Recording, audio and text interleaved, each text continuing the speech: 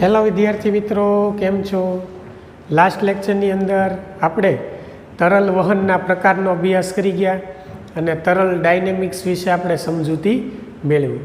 તો તરલ જ્યારે ગતિમાં હોય ત્યારે જે આપણે અભ્યાસ કરીએ એને તરલનું ડાયનેમિક્સ કહેવાય, બરાબર, જેને ફ્લુઇડ ડાયનેમિક્સ પણ બોલાય. તો એની અંદર આપણે 4 પ્રકારનો અભ્યાસ કરી ગયા.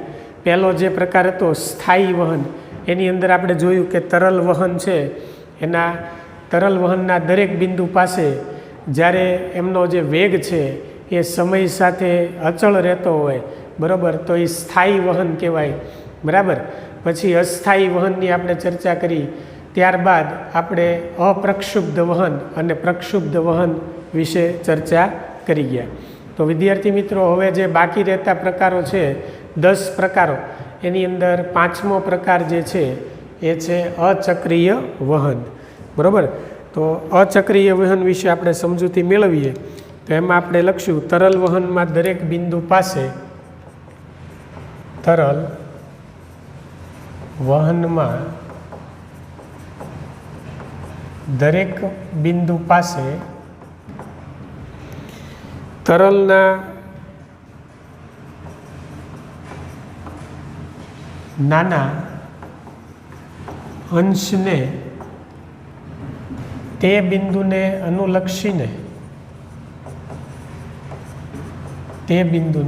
અનુલક્ષીને કોઈ કોણીય વેગ ન હોય તો તરલનું વહન, તો તેવા તરલના વહનને અચક્રીય વહન કહે છે, બરાબર. તરલ વહન જ્યારે થતું હોય, પ્રવાહીનું જ્યારે આમ વહન થતું હોય ત્યારે દરેક બિંદુ પાસે તરલના નાના અંશને, એટલે તરલનો નાનકડો એવો ભાગ લેવાનો, એ ભાગને આ બિંદુને અનુલક્ષીને કોઈ કોણીય વેગ ન હોય. કોણીય વેગ એટલે ગોળ ગોળ ફરવું. તો જો કોણીય વેગ ન હોય એટલે ગોળ ગોળ ફરતું ન હોય તો તેવા તરલના વહનને અચક્રીય વહન કહેવાય.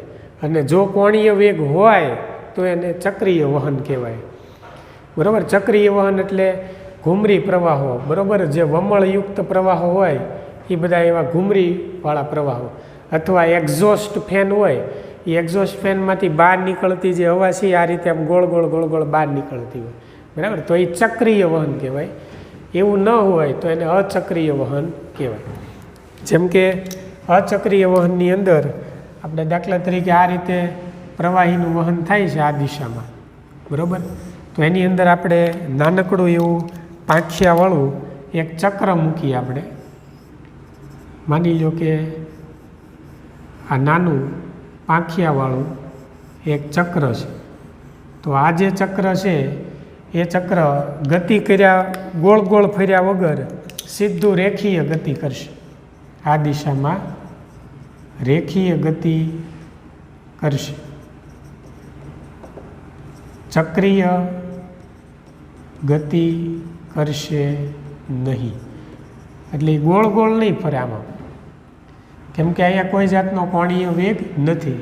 એટલે માત્ર જે વહન, જે દિશામાં તરલનું વહન થતું છે એ જ દિશાની અંદર એ માત્ર રેખીય ગતિ, એટલે આમ તરતું આગળ જતું રહેશે, બરાબર. તો આવું જે વહન છે એને શું કહેવાય? અચક્રીય વહન કહેવાય, બરાબર. તો અહીં આપણે લખીશું કે જો તરલ વહન અચક્રીય હોય, જો તરલ વહન અચક્રીય હોય તો આકૃતિ મુજબ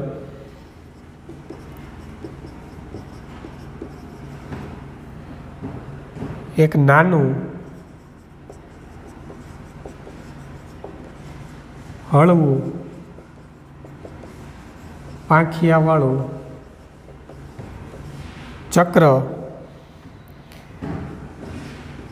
મૂકીએ તો ચક્ર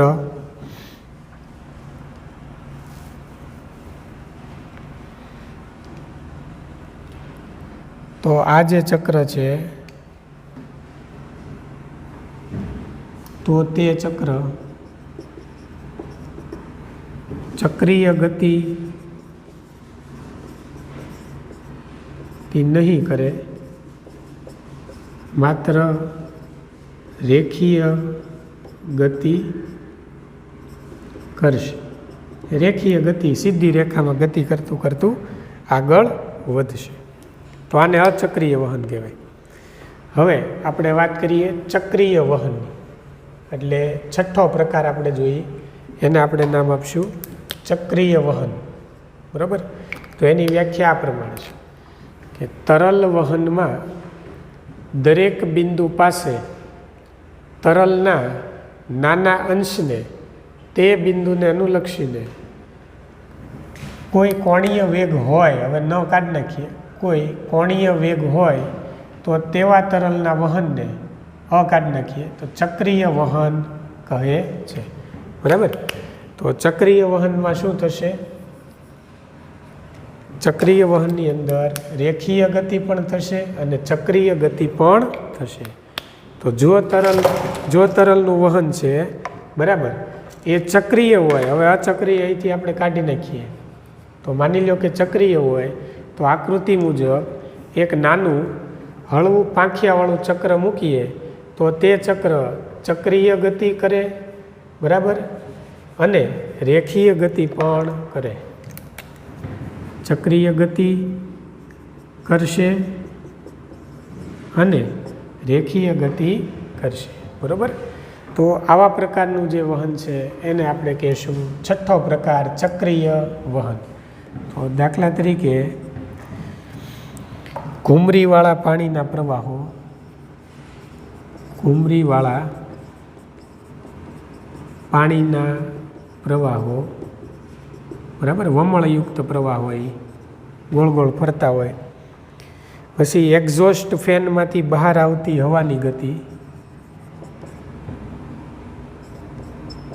એક્ઝોસ્ટ ફેનમાંથી બહાર આવતી હવાની ગતિ, હવાની ગતિ. આ બંને જે ઉદાહરણ છે એ શેના છે? ચક્રીય ગતિના છે. બરાબર? એટલે હવે જ્યારે ચક્રીય ગતિમાં આપણે જે તરલનું વહન જે દિશામાં થતું હોય, પ્રવાહીનું વહન આ દિશામાં થતું હોય, એમાં જો આપણે નાનું પાંખિયાવાળું ચક્ર મૂકીએ તો એ ગોળ ગોળ પણ ફરશે અને સાથે સાથે રેખીય ગતિ પણ કરશે. જે દિશામાં વહન થતું હશે એ દિશામાં રેખીય ગતિ પણ કરશે. તો આવું જે વહન છે એને આપણે કહીશું ચક્રીય વહન. બરાબર? તો આ છઠ્ઠો પ્રકાર. ચાલો, એની પછી આપણે વાત કરીએ અદબનીય વહન, સાતમો પ્રકાર, જેને આપણે કહીશું અદબનીય વહન.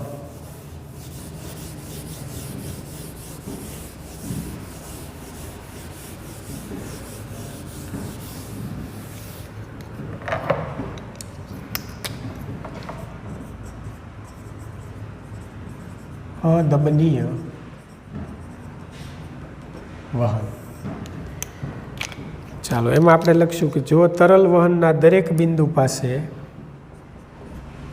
જો તરલ વહનના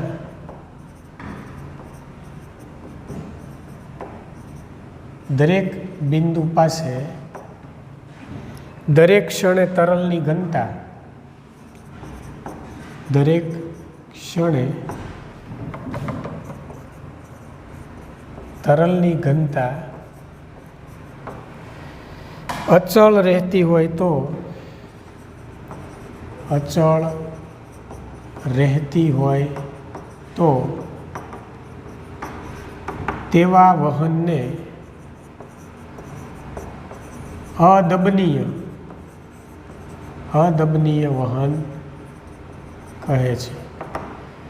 એટલે માની લો કે તરલનું વહન થાય છે, આ રીતે સપાટી ઉપર તરલનું વહન થાય છે, ત્યારે દરેક બિંદુ પાસે, એટલે તરલના દરેક બિંદુ પાસે દરેક ક્ષણે, કોઈ પણ સમય લઈ લો, કોઈ પણ ક્ષણે તરલની ઘનતા, એટલે જે પ્રવાહી તમે લીધું છે એ પ્રવાહીની ઘનતા અચળ રહેતી હોય, બદલાતી ન હોય, અચળ રહેતી હોય તો તેવા વહનને અદબનીય વહન કહેવાય. બરાબર. અદબનીય વહનની આપણે જો વાત કરીએ તો અહીંયા આપણે એનું ઉદાહરણ લેશું. વાયુરૂપ તરલ અદબનીય છે. વાયુરૂપ તરલ અદબનીય છે. બરાબર. દાખલા તરીકે ધ્વનિની ઝડપ કરતાં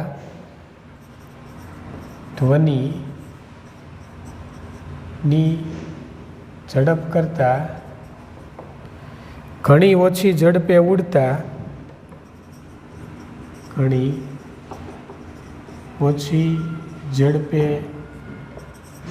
ઉડતા વિમાનની પાંખોની સાપેક્ષે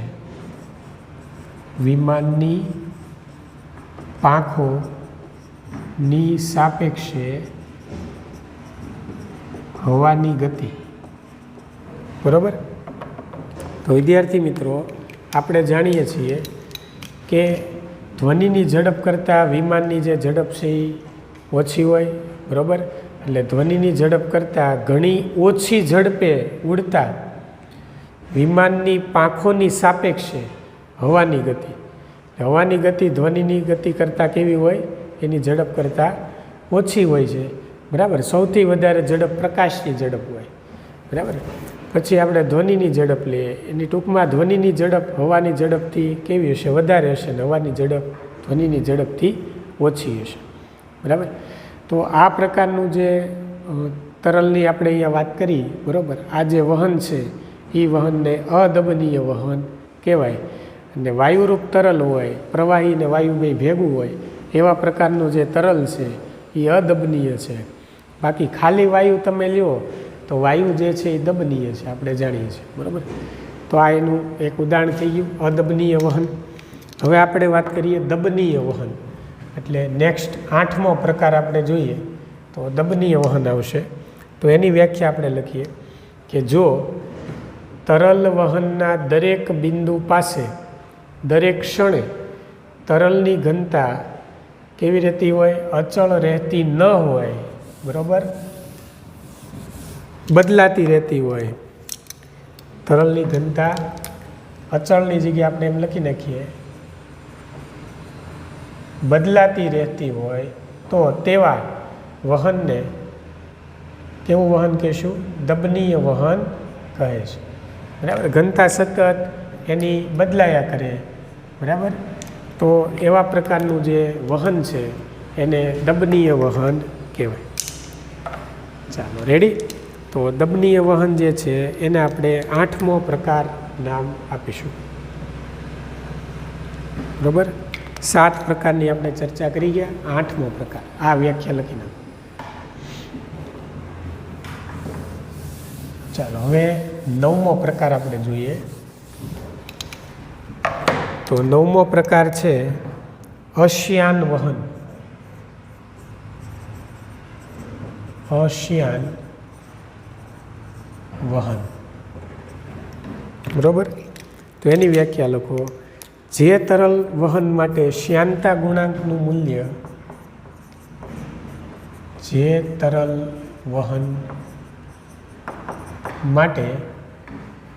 શ્યાનતા ગુણાંકનું મૂલ્ય ઓછું હોય. શ્યાનતા ગુણાંકનું મૂલ્ય ઓછું હોય. બરાબર. તો તેવા તરલના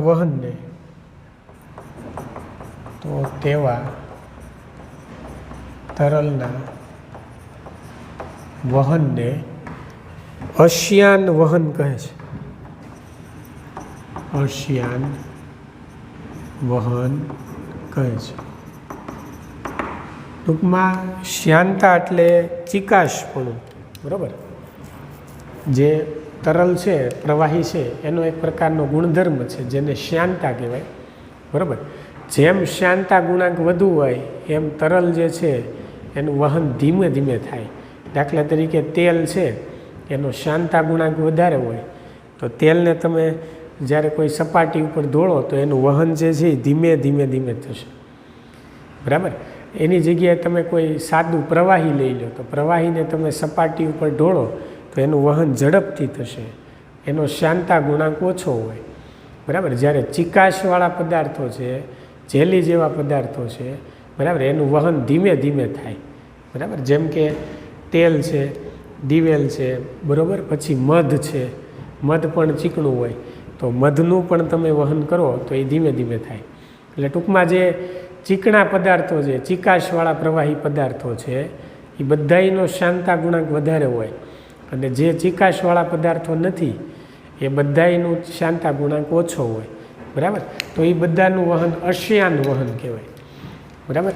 અહીંયા આપણે લખીશું કે સામાન્ય સ્થિતિમાં પાણીનું વહન, દાખલા તરીકે સામાન્ય સ્થિતિમાં પાણીનું વહન, તો પાણીનું જે વહન થાય એ અશ્યાન વહન કહેવાય. તો પાણીનો શાંતા ગુણાંક ઓછો હોય, ગુણાંક એ એક અચળાંક છે, બરાબર, શાંતા ગુણાંક. ચાલો નેક્સ્ટ આપણે જોઈએ શ્યાન વહન, એટલે 10મો પ્રકાર આપણે જોઈએ, બરાબર. એને આપણે નામ આપીશું શ્યાન વહન. તો અહીં આપણે લખશું જે તરલ વહન માટે શાંતા ગુણાંકનું મૂલ્ય કેવું હોય તો કે વધારે હોય તેવા તરલના વહનને શ્યાન વહન કહેવાય, બરાબર. તો અહીં આપણે 10મો પ્રકાર જે છે એને આપણે કહીશું શ્યાન વહન, અને શાંતા ગુણાંકનું મૂલ્ય કેવું હોય તો કે વધારે હોય તો તેવા તરલના વહનને શ્યાન વહન કહેવાય. દાખલા તરીકે દિવેલ, તેલ અને મધનું વહન, બરાબર. તો આ બધું જે છે દિવેલ કયો, ઓઇલ કયો, તેલ કયો, બરાબર, મધનું વહન, આ બધા પ્રકારનું જે વહન છે એ શ્યાન વહન કહેવાય. તો આ 10 પ્રકાર થઈ ગયા. હવે ધારારેખા વહન કોને કહેવાય એની આપણે વાત કરીએ. તો નેક્સ્ટ ટોપિક આવશે ધારારેખા વહન.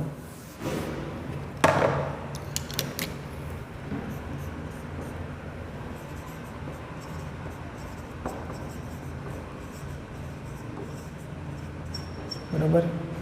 આ કોઈ પ્રકાર નથી વહનનો, પણ આપણે ખાલી એમ કહી શકીએ કે જ્યારે કોઈ પણ બિંદુ પાસેથી તરલનું વહન થતું હોય, બરાબર, માની લો કે કોઈ સ્થાયી વહન થાય છે, તો સ્થાયી વહનની અંદર તમે જે તે બિંદુ લ્યો, કોઈ પણ બિંદુ લ્યો, એ બિંદુ પાસે તરલનો જે વેગ છે એ વેગનું મૂલ્ય અચળ રહે છે, બદલાતું નથી, અને એની દિશા પણ બદલાતી નથી. એટલે એક જ દિશામાં, જે દિશા ફિક્સ છે, જે બિંદુ પાસે જે દિશા છે એ બિંદુ પાસે બધા જ કણો જ્યારે પસાર થાય, માની લો કે પી બિંદુ પાસેથી બધા જ કણો પસાર થાય, તો પી બિંદુ પાસે તરલના વેગની જે દિશા હોય એ જ દિશામાં બધા જ કણો સેમ દિશામાં ગતિ કરશે, બરાબર. તો આવા એક જ દિશામાં ગતિ કરતા જે કણોનો ગતિમાર્ગ છે એ ગતિમાર્ગને ધારારેખા વહન કહેવાય, બરાબર. તો ચાલો આપણે અહીંયા ધારારેખા વહન વિશે જોઈએ. તો સ્થાયી વહનમાં આપેલા બિંદુમાંથી, સ્થાયી વહનમાં આપેલા બિંદુમાંથી, એટલે કોઈ પણ બિંદુ તમે લ્યો પી ક્યુ આર, પસાર થતા બધા જ કણો, પસાર થતા બધા જ કણો, એટલે તરલના બધા નાના નાના કણો સમાન માર્ગને અનુસરે છે, સમાન માર્ગને અનુસરે છે, દિશા બદલતા નથી, બરાબર. તો આપણે એના માટે એક આકૃતિ ધ્યાનમાં લઈએ, જે આપણે સ્થાયી વહનમાં લીધી હતી એવી. માની લો કે આ પી છે, તો અહીંયા તરલના કણોનો વેગ છે એ વીપી, અહીંયા ક્યુ, અહીંયા તમે આર લ્યો તો આ વી ક્યુ દિશા, આ જે છે એ વી આર દિશા, બરાબર. તો કહેવાનો મતલબ કે ધારારેખા વહન કોને કહેવાય કે એની અંદર આપેલા જે બિંદુઓ છે એ બિંદુમાંથી જ્યારે બધા જ કણો પસાર થાય ત્યારે આ જ માર્ગને આ જ દિશામાં આગળ વધે. પી પાસેના બધા કણો આ દિશામાં આગળ વધે, ક્યુ પાસેથી બધા જ કણો આ દિશામાં આગળ વધે અને આર પાસેથી બધા જ કણો આ દિશામાં આગળ વધે. તો આ જે ગતિમાર્ગ થયો તરલ વહનનો ના કણોનો આ જે ગતિમાર્ગ થયો એ ગતિમાર્ગ બદલાતો નથી. બરાબર. તો આ જે ગતિમાર્ગ છે એને આપણે ધારા રેખા વહન કહીએ છીએ. બરાબર. ચાલો તો અહીં આપણે લખીએ, જ્યારે કણ પી પાસેથી પસાર થાય, જ્યારે કણ પી પાસેથી પસાર થાય ત્યારે વેગ વીપી છે. બરાબર. અને તે દરેક કણ એક સરખી દિશામાં જ આગળ વધે છે અને અહીં દરેક કણ એક જ દિશામાં, આ જ દિશામાં, એક જ દિશામાં આગળ વધે છે. બરાબર. જ્યારે ક્યુ પાસે પહોંચે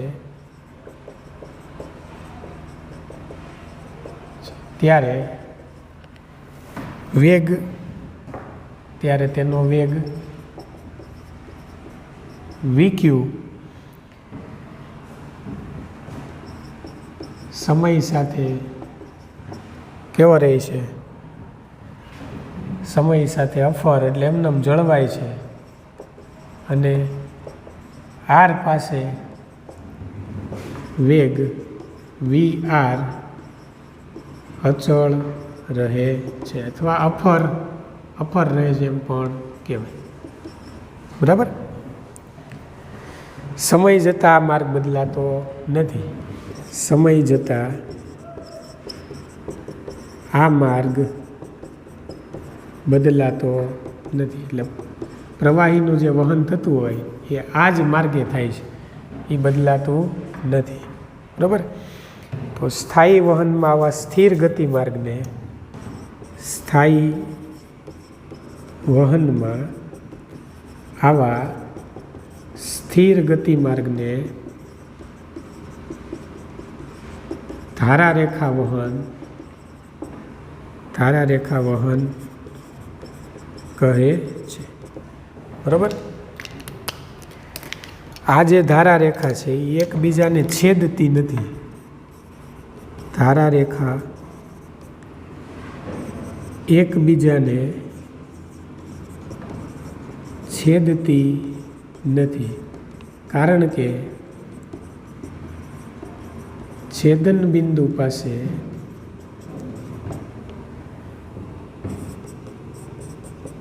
કણોના વેગની બે દિશા મળે છે જે શક્ય નથી. બરાબર. એટલે છેદન બિંદુ પાસે અહીંયા જેમ આપણે સ્પર્શકો દોર્યા એમ બે સ્પર્શકો બે દિશા વેગ બતાવે છે. તેથી સ્થાયી વહનમાં શક્ય નથી, જે સ્થાયી વહનમાં શક્ય નથી. બીજા કોઈ બી વહનમાં શક્ય બને પણ સ્થાયી વહનમાં આવું શક્ય નથી. તેમાંથી કણ કોઈ પણ દિશામાં ગતિ કરે જે શક્ય નથી. માની લો કે આ એક ધારા રેખા છે, એમ મેં અહીંયા માની લો કે બે ધારા રેખા લીધી. આ પહેલી ધારા રેખા અને આ બીજી ધારા રેખા. બરાબર. તો પહેલી ધારા રેખાનું આ બિંદુ અને બીજી ધારા રેખાનું આ બિંદુ બે છેદન બિંદુ કહેવાય. તો આ ધારા રેખાને કારણે એક વેગની દિશા આ બાજુ મળશે. માની લો કે આ પી બિંદુ છે તો એક વેગની દિશા આ બાજુ મળશે અને આ ધારા રેખાને કારણે વેગની દિશા આ બાજુ મળશે. તો એક જ છેદન બિંદુ પાસે બે વેગની બે જુદી જુદી દિશા થઈ. બરાબર. તો આવી રીતના કોઈ પણ સ્થાયી વહનની અંદર આવી બે દિશાઓ શક્ય નથી. એટલે કે બે સ્પર્શકો પાસે વેગ બે એક સરખા વેગ શક્ય નથી. કાં તો આ વેગ લેવાય ને કાં તો આ વેગ લેવાય. એટલે ધારા રેખાઓ ક્યારે એકબીજાને છેદતી નથી. બરાબર. આ રીતે સ્થાયી વહનની અંદર જે ધારા રેખા હોય એ જ માર્ગે વહન થાય. બરાબર. અને દરેક બિંદુ પાસે એનો જે વેગ છે એ વેગ અચળ રહે છે, દિશા બદલાતી નથી. બરાબર. તો આવા પ્રકારનું જે વહન છે એ ધારા રેખા વહન કહેવાય. બરાબર. ચાલો નેક્સ્ટ આપણે ટોપિક જોઈએ, જેને આપણે નામ આપીશું સાતત્યનું સમીકરણ. તો આપણે સાતત્ય સમીકરણ વિશે ચર્ચા કરીએ.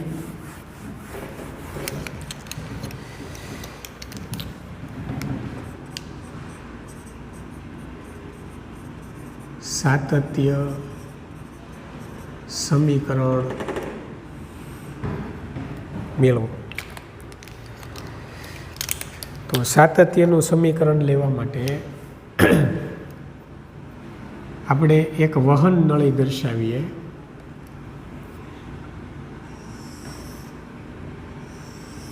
ચાલો માની લો કે આ એક વહન નળી છે.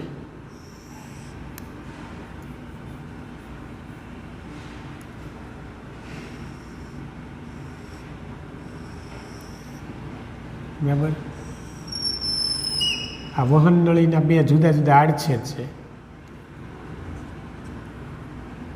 આને આપણે આડછેદ A1, આને આપણે આડછેદ A2 કહેશું. બરાબર. અહીં તરલ વહનનો વેગ V1 અને અહીં તરલ વહનનો વેગ V2 છે. આ એક વહન નળી છે. વહન નળી આકૃતિ આ એક વહન નળી છે.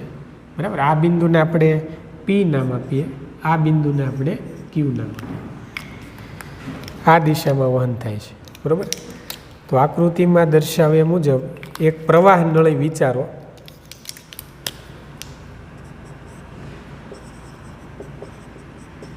આકૃતિમાં દર્શાવ્યા મુજબ એક પ્રવાહ નળી અથવા વહન નળી વિચારો. બરાબર. તેમાં P બિંદુ પાસે તરલનો વેગ V1 અને ક્ષેત્રફળ, આ જે પ્રવાહ નળી છે એનું ક્ષેત્રફળ A1, આડછેદનું ક્ષેત્રફળ A1 છે. અને Q બિંદુ પાસે તે તરલનો વેગ V2 અને ક્ષેત્રફળ A2 છે. બરાબર. તો P આગળના આડછેદમાંથી એકમ સમયમાં આમ P આગળના આડછેદમાંથી એકમ સમયમાં પસાર થતું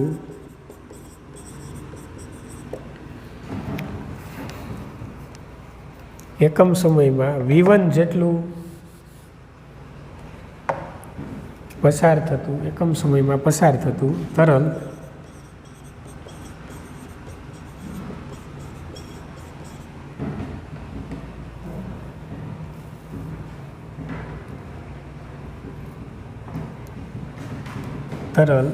V1 જેટલું અંતર કાપશે. કેમ V1 જેટલું? તો આપણે ભણી ગયા છીએ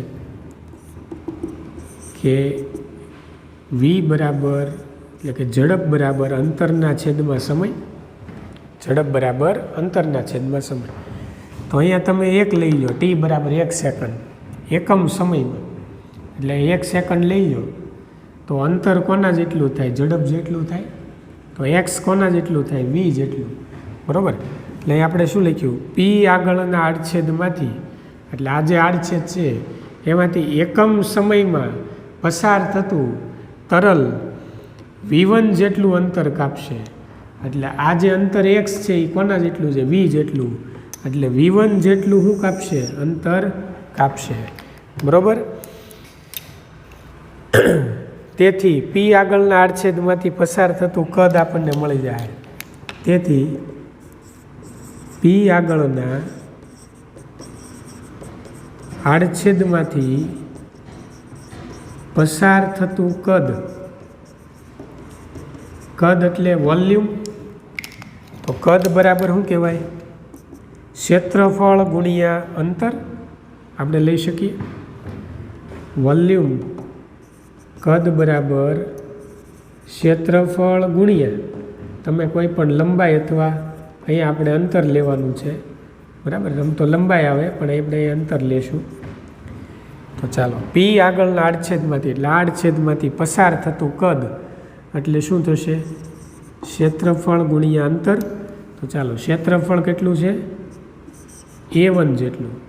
અને અહીંયા અંતર કેટલું અંતર છે? V1 જેટલું. એટલે A1 × V1. તો આ P આગળના આડછેદમાંથી પસાર થતું આપણને A1 V1 કદ થશે. ચાલો કદ મળી ગયું આપણને. બરાબર. હવે જો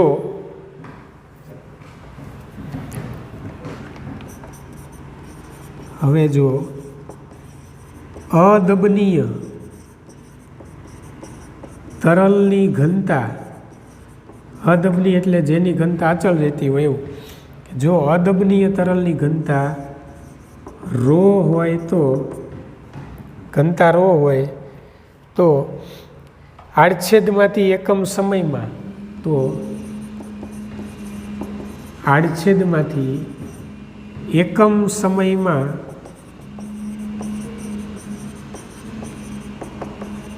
પસાર થતા દળને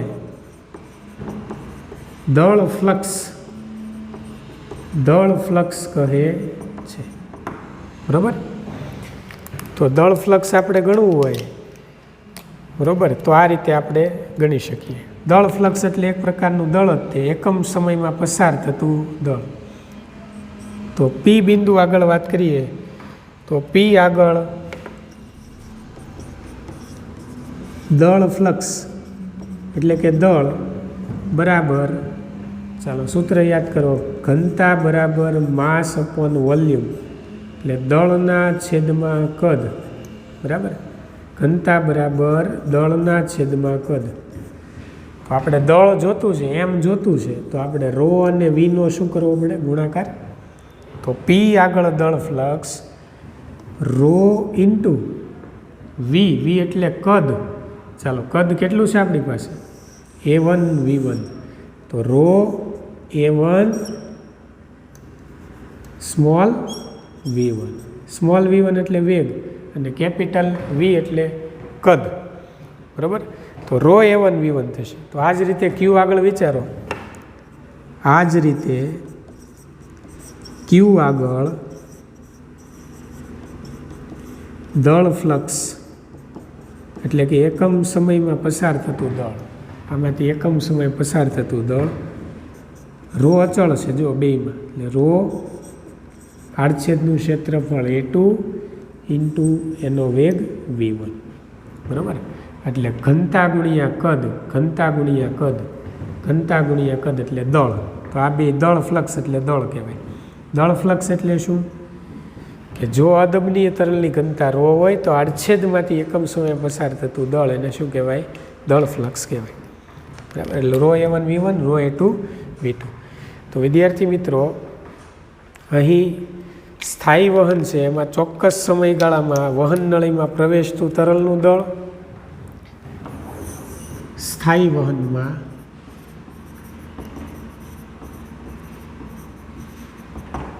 ચોક્કસ સમયગાળામાં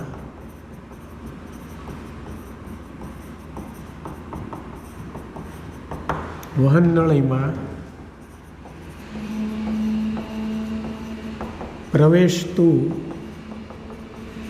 દળ ફ્લક્સ અને બહાર નીકળતું દળ ફ્લક્સ સમાન હોય છે, એટલે કે દળનું સંરક્ષણ થાય છે.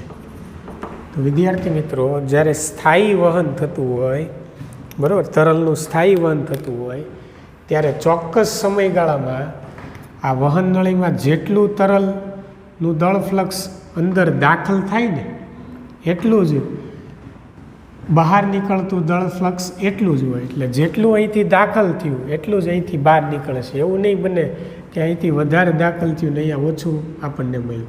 એટલે બંનેની અંદરથી પસાર થતું તરલનું જે દળ છે, દળ ફ્લક્સ છે, એ કેવું હશે? એક સમાન હશે. બરાબર? ચાલો, એને એટલે દળનું સંરક્ષણ થાય છે. તો જ્યારે દળનું સંરક્ષણ થાય ત્યારે આ બંને દળ ફ્લક્સને આપણે સરખાવવા પડે. એટલે કે રો A1 V1 બરાબર રો A2 V2 બરાબર. Row A1 V1 is equals to row A2 V2. એટલે રો અહીંથી કેન્સલ થાય, તો A1 V1 is equals two A2 V2. સમીકરણ 1. એટલે ઓવરઓલ આને શું કહેવાય? A into V is equals to અચળ. એટલે કે એ ચલે છે 1/v. બરાબર. વીને તમે નીચે લઈ જાઓ એટલે આગળ એક અચળાંક ચલે છે નિશાની મૂકીએ તો એ ચલે છે 1/v. ચલે છે નિશાની દૂર કરો એટલે આ થઈ ગયું અચળ. વીને ગુણી નાખો એટલે એ ઇન્ટુ વી બરાબર અચળ. તો વિદ્યાર્થી મિત્રો, તરલ વહનમાં આડછેદનું ક્ષેત્રફળ અને વેગના ગુણાકારને કદ ફ્લક્સ કહેવાય. અહીં એ ચલે છે 1/v. ચાલો, આ સમીકરણ 2. તો વિદ્યાર્થી મિત્રો, સમીકરણ 1 અને 2 જે છે એને સમીકરણ 1 અને 2 ને સાતત્ય સમીકરણ કહે છે. તો આ સાતત્ય સમીકરણ થઈ ગયું. બરાબર. હવે કોઈ પણ આડછેદ પાસેના વેગ અને ક્ષેત્રફળના ગુણાકારને કોઈ પણ આડછેદ પાસેના વેગ અને ક્ષેત્રફળના ગુણાકારને કદ ફ્લક્સ કહે છે. એટલે આ વેગ અને ક્ષેત્રફળના ગુણાકારને આ બેયને કદ ફ્લક્સ કહેવાય. એ ઇન્ટુ વી આડછેદ કહેવાય. આને પણ આડછેદ, આડો છેદ, વહન નળી પ્રવાહ નળીનો આડછેદ. બરાબર. સમીકરણ 2 દર્શાવે છે કે, એટલે આપણે જે સમીકરણ 2 લખ્યું છે કે વહન નળીમાં સાંકડા ભાગમાં ધારા રેખા ગીચો ગીચ હોય. સમીકરણ 2 દર્શાવે છે કે વહન નળીના સાંકડા ભાગમાં ધારા રેખા, આજે આપણે અહીંયા ધારા રેખાઓ દોરી છે, એ ધારા રેખાઓ ગીચો ગીચ હોય છે અને વેગ વધુ હોય છે. તો એ તમે જોઈ શકો કે વહન નળીનો સાંકડો ભાગ, તો સાંકડા ભાગનું ક્ષેત્રફળ કેવું હોય? ઓછું હોય. આ ભાગનું ક્ષેત્રફળ ઓછું છે. બરાબર. તો એનો વેગ વધારે થશે ને. સાંકડા ભાગનું ક્ષેત્રફળ ઓછું એટલે વેગ ક્યાં કેવો હોય? ત્યાં વધારે. આ બે વ્યસ્ત છે. આ ઓછું તો આ વધુ, આ વધુ તો આ ઓછું. તો સાંકડા ભાગનું ક્ષેત્રફળ ઓછું હોય એટલે ત્યાં વેગ કેવો મળે? વધુ મળે. એટલે જ હંમેશા જેમ નળી સાંકડી હોય એમ વધારે પ્રેશરથી, વધારે વેગથી પ્રવાહી તરલ જે છે એ બહાર નીકળે. બરાબર. અને ત્યાં ધારા રેખાઓ ગીચો ગીચ હોય. એટલે ધારા રેખાઓ નજીક નજીક હોય, અહીંયા ધારા રેખાઓ છૂટી છૂટી હોય. અને વહન નળીના